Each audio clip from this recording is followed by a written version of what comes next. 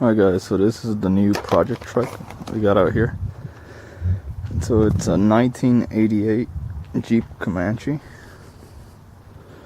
It's a 4x4 4-liter inline 6 engine.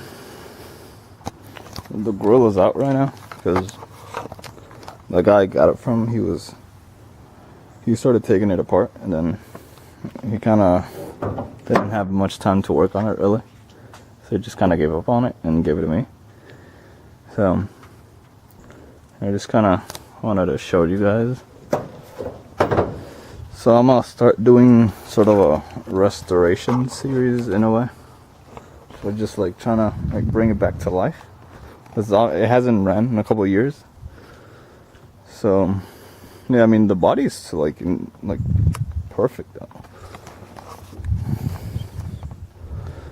But yeah, like there's a bunch of parts in the bed too from that were taken off. It needs door panels.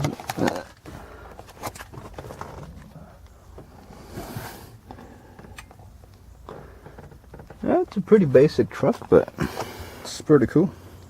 So it has it also has the original owner's manual too from back in '88.